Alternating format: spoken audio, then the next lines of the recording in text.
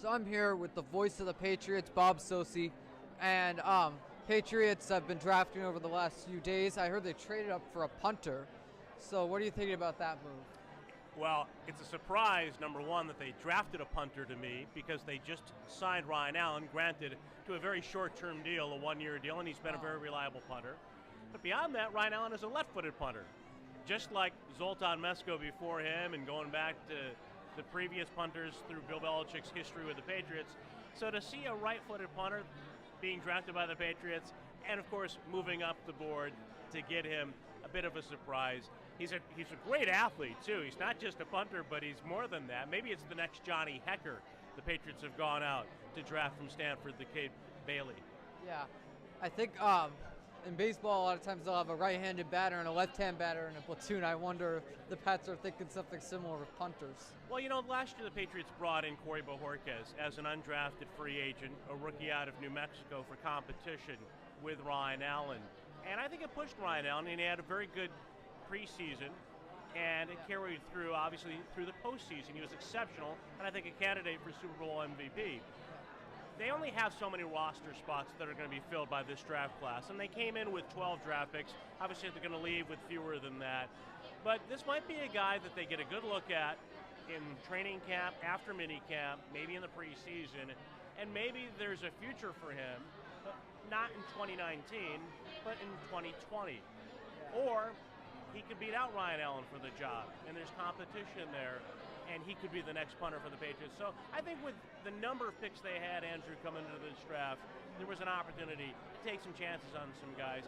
When you look at what they did early in the draft, they got guys from rock-solid programs, very productive players from very competitive conferences, and those guys figure to be, if not locks, then certainly guys that the Patriots are counting on, expecting to make the team. Yeah. I was a huge fan of the Chase Winovich pick, defensive end out of Michigan. Going to really help the pass rush, I think, and also a very good fit in our defense. Yeah, I was very impressed overall with his level of play and intensity at Michigan, overshadowed on that defense by Rashawn Gary on the other side of the defensive line. But this is a guy that brings a lot of personality and character to the team, but a lot of substance too. And he's a guy who will, I think, be a player on special teams for them, someone who can be on several special teams units and compete for reps defensively. Be one of those guys who's in the pipeline. Maybe he doesn't have as much of an impact as people are hoping for this year getting after the quarterback, but I think in time he'll have that place on the defensive end. They had Rob Ninkovich, now they have Chase Winovich. Yeah.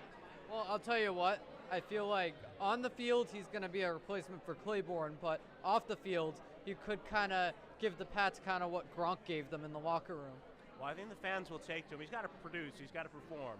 And if he does, I think he's going to be a fan favorite pretty quickly, just as he was in Ann Arbor. Anybody who's read any amount of information about him understands this is a guy that brings more than just his football skill set to the field. He was asked in his conference call with New England media about swallowing a live fish. And I think right now he's trying to downplay some of those feats from his past because he wants to come in and prove himself and fit in with the Patriot culture. But over time, again, if he produces out on the field, this is somebody, I think, like you said, he may not be at Gronk's level of called iconic status, but could approach it at least. Yeah. And lastly, they drafted a QB today, Jarrett Stidham. How are you feeling about him backing up Brady and eventually replacing Brady? I think Stidham is a project. I thought going into this draft that for the Patriots to take a quarterback in the first couple of rounds would be somewhat unrealistic because they weren't going to get a quarterback in the top end of the first round. And I'm not sure that when you look at the reaction, for example, to the Giants pick of Daniel Jones, or even with Haskins going to Washington at number 15, I don't think any of these guys, including Kyler Murray for that matter, are can't-miss quarterback prospects to be franchise QBs. So I think if you try to take a quarterback early first round, second round, even third round in this year's case, you might have been overreaching for that position. And if you're the Patriots, you still have some time. And I think taking a quarterback in the fourth round, a developmental player with a huge upside, Stidham has a strong arm. He's got a great base to build from. He was in an offense that maybe didn't utilize his skills as extensively as some other offenses would have. And I think the Patriots look at the tools, the arm strength. He's got all, it seems, the right intangibles to play the position at the next level. Maybe he's not a frontline guy, but they got a chance to bring him in and give him an opportunity to compete with Danny Etling and Brian Hoyer to be the backup to Tom Brady, the heir apparent, so to speak. I don't think right now we can count on that, but I think there is a potential huge upside for this guy, certainly. What I wonder about is, number one, like, was Stidham's draft stock, like, taken down because of Auburn's system?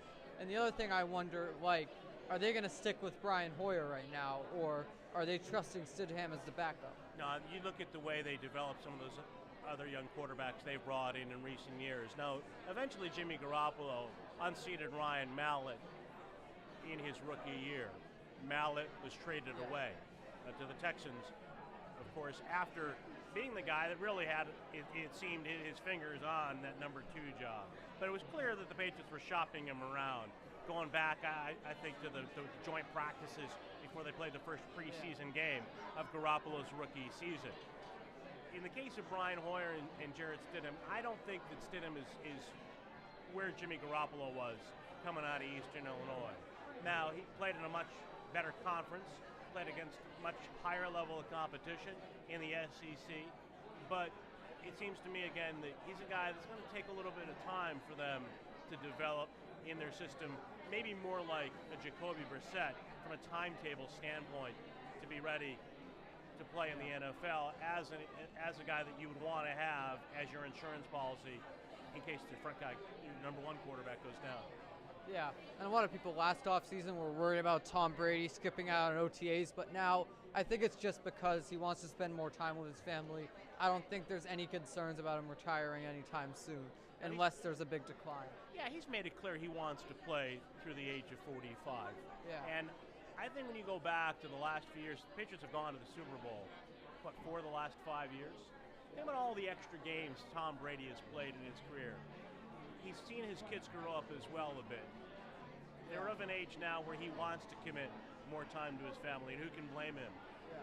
He hasn't trained any less intensively. When you look especially at the social media postings he's had this spring, he's at it very intensely, as you would expect. And I think in the case of Tom Brady, it's a couple of things. Maybe he needed a little more time last year, mentally and physically, to get away from football just a little bit and spend more time with his family. And when you look at the accumulation of all the games and the length of each season, I don't think it's necessarily a bad thing for a guy with his experience and his ability. He'll make up for it in the passing camp. When it's time to be here, the mandatory minicamp, he'll make up for that lost time during the voluntary portion. And he may be here when they're on the field. Right now he's not there for preseason conditioning, but when you look at what he did last year, he got them to the Super Bowl again.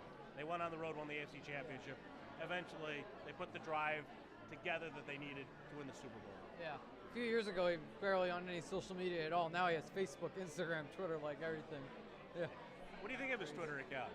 Huh? What do you think of his Twitter account? I've been impressed. He's brought out the Twitter account this year, and he's been pretty active on it. I saw a video. It looked like it was from the BC indoor facility, not too far from here, over in Chestnut Hill, and it looked like he and Julian Edelman were right in sync once again. So he's having a lot of fun. Had a little back and forth with N'Keal Harry. I'm going to have to really work on that. N'Keal Harry, of course, the first pick, the wide receiver out of Arizona State. So they're developing a rapport already thanks to Twitter. Yeah. Thank you. Thank you, Ed.